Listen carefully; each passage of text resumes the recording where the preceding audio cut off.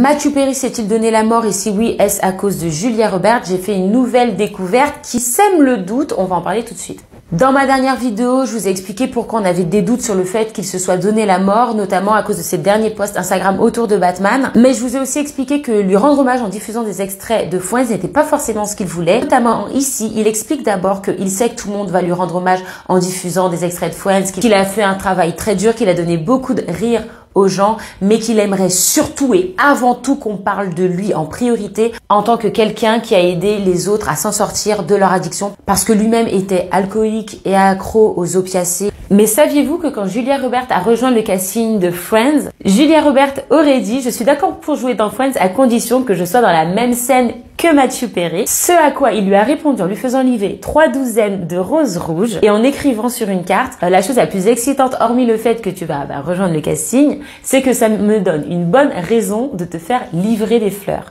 En retour, elle lui a fait livrer 3 tonnes de bagels et leur histoire d'amour a commencé. Ils sont sortis 2 mois ensemble. À partir de là, Matthew Perry a décidé de rompre alors qu'il était éperdument amoureux d'elle. Et il a écrit dans son livre que c'était sûr qu'elle allait finir par le quitter parce que pourquoi une femme comme elle resterait avec lui, qu'il a préféré la quitter alors qu'il était fou amoureux pour ne pas avoir à vivre un tel chagrin d'amour. Matthew Perry ne s'est jamais remis de cette rupture sentimentale. Son rêve était de fonder une famille et d'avoir des enfants. Il ne l'a jamais fait. Et il est étrangement décédé le 28 octobre 2023.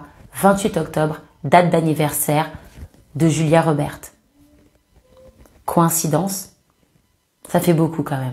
En tant que grande fan de la série, ça me choque en fait de ne réaliser que maintenant à quel point il souffrait pendant le tournage. En fait, là, il est en souffrance. Personne ne l'a vraiment vu. Moi, j'avais juste remarqué, je me rappelle, j'étais au collège, sa prise de poids entre les saisons. Donc on m'avait dit qu'il était alcoolique, mais j'en savais pas plus. Il est accro aux drogues depuis quand même son adolescence, je crois autour des 14-16 ans. Donc ça date quand même avant Friends. Et c'est fou cette oxymore entre eux. Il faisait tellement rire les autres, mais finalement à l'intérieur, lui, c'était le clown triste, quoi. Ça me fait de la peine de le réaliser que maintenant.